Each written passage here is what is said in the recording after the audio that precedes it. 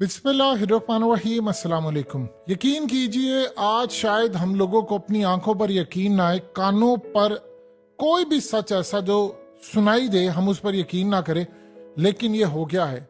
हमने कभी नहीं सोचा था कि 75 साल के बाद इंडिया उस लेवल पर पहुंच जाएगा जब वो दुनिया को डिक्टेट करेगा और जयशंकर एक मशहूर जुमला बोलेंगे, Bali is Bali, this is Delhi.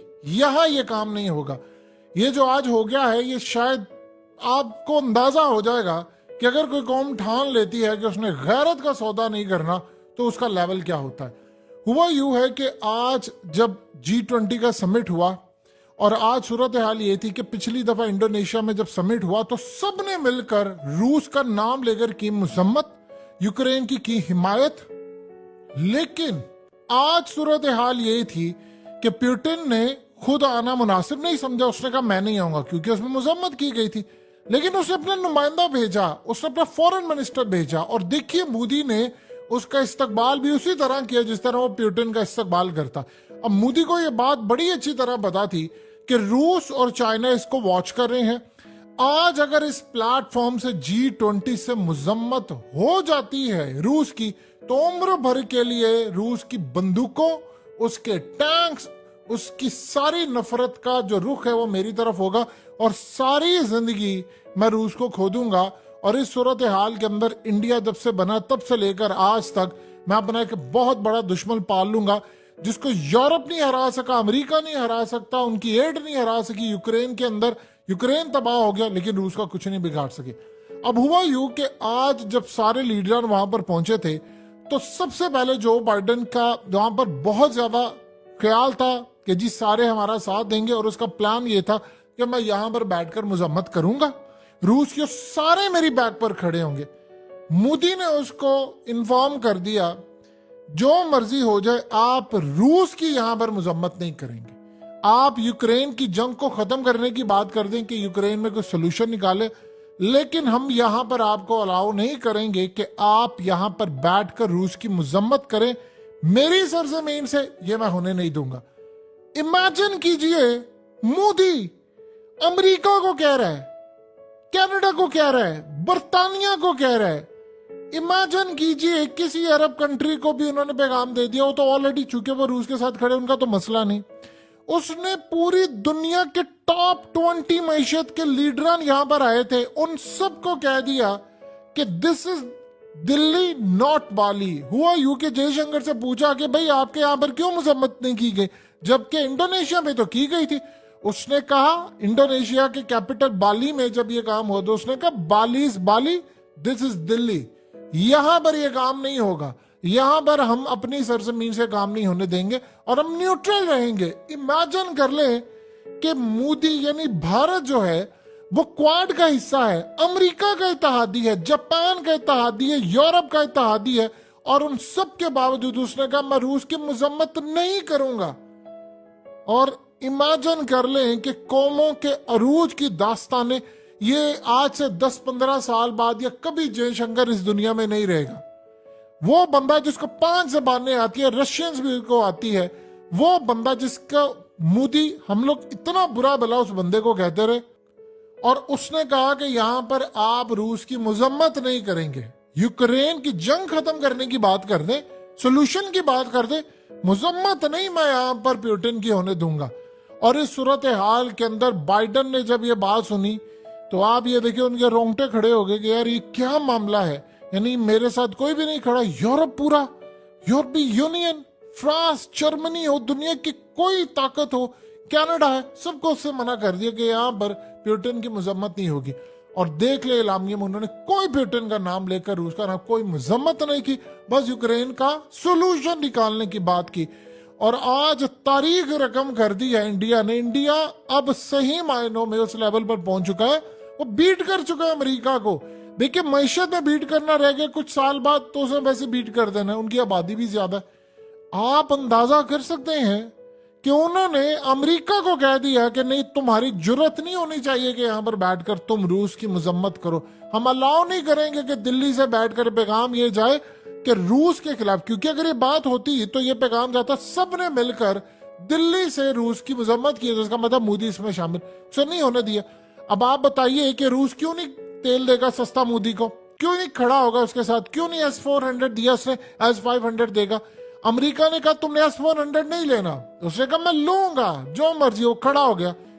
हमें ईरान से गैस नहीं लेने दी जा रही, ये बात आप ज़हन में रखिएगा। ईरान पर जितनी पाबंदियां हैं उससे कम से कम 1000 गुना ज्यादा पाबंदियां हैं रूस के ऊपर।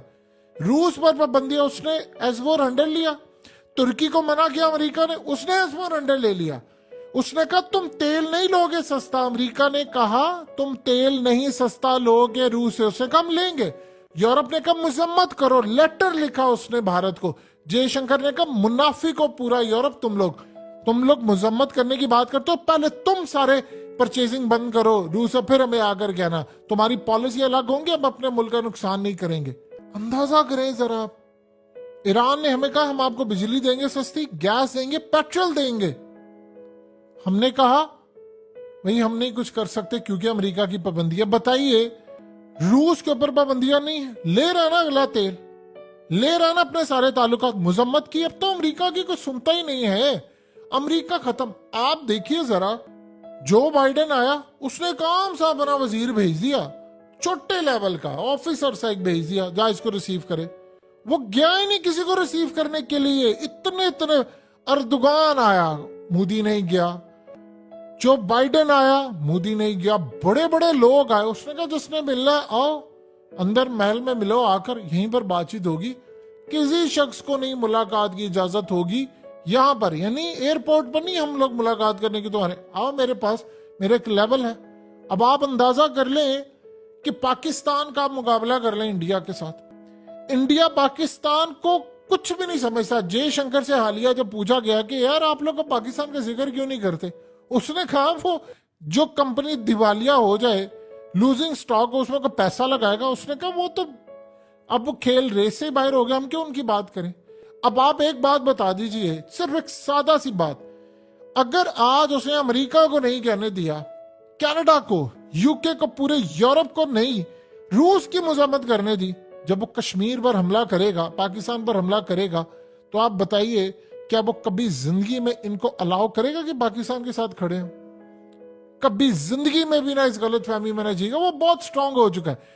देखिए ये जब आप चांद पर लैंड करते हैं, लोग ये समझते चांद पर, उसने चांद पर जब लैंड किया उसका लेवल बहुत ऊपर चला गया है, वो दुनिया में बहुत आगे चले गए हैं। उसको पता है मेरी वर्थ क्या है। भारत को पता है कि अगर मैंने यूरोप से लेकर बड़ी बड़े ममालिक, उसने सबसे पहले काम क्या किया, उसने अपने लोगों की बाइंग पावर जो थी उसको बढ़ाया कि आप यूरोप और इन तमाम ममालिक की जो प्रोडक्ट्स है खरीदने की अहलियत रखो, तुम्हारे मुल्क की मईशत बेहतर होगी, ताकतवर हो, खरीद सको। अब वो खरीदना शुरू हो गए जब, तो उसने कहा जी मैं तुम्हारे, अब वो उसको ब्लैकमेल कर रहा है उसको कि अगर तुमने कुछ मेरे खिलाफ किया तो मैं बंद कर दूंगा सब कुछ। राफेल तैयार है खरीद रहा, वो सारा कुछ, कोई कुछ नहीं कर सका, पिन ड्रॉप साइलेंट, सब चुप। ये तारीख का लम्हा है। कल को जयशंकर जब इस दुनिया में नहीं रहेगा तो तारीख में जब किताबें पढ़ेंगे तो ये कहा जाएगा उसके जुमला कि बालिस बाली, दिस इज दिल्ली, दिल्ली में काम नहीं हो सकता। हमने कभी जिंदगी में ये चीज नहीं सोची थी। इतना प्रेशर वो हैंडल कर गया, इतना प्रेशर। असल में वो अमेरिका को कुछ समझता ही नहीं है, भारत को अमेरिका की जरूरत ही नहीं है। जिस तरह मोहम्मद बिन सलमान ने जो बाइडेन को कहा था कि भाई अमेरिका की जरूरत ही नहीं। देखिए ये लेवल, आज उन्होंने इकोनॉमिक कॉरिडोर का जो ऐलान किया है, अमेरिका है, मिडिल ईस्ट है पूरा, अब वो अपने लेवल को देख रहे हैं। दुनिया भारत की मोहताज है, चाइना की तो है ही है, वो भारत की भी मोहताज हो चुकी है।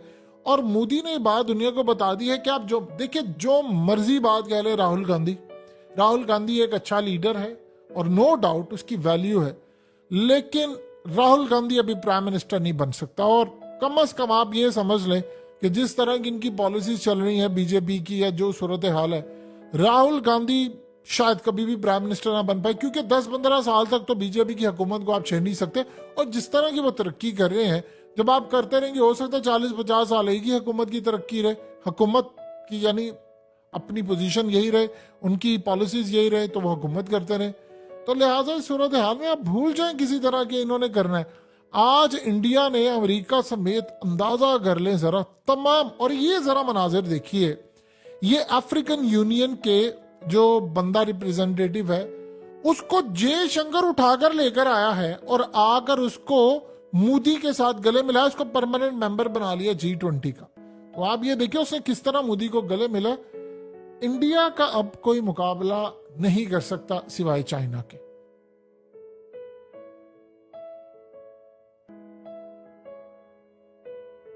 हकीकत टीवी को सब्सक्राइब करना मत भूलें, वीडियो को लाइक करें, शेयर करें और कमेंट सेक्शन में अपनी राय का इजहार जरूर करें।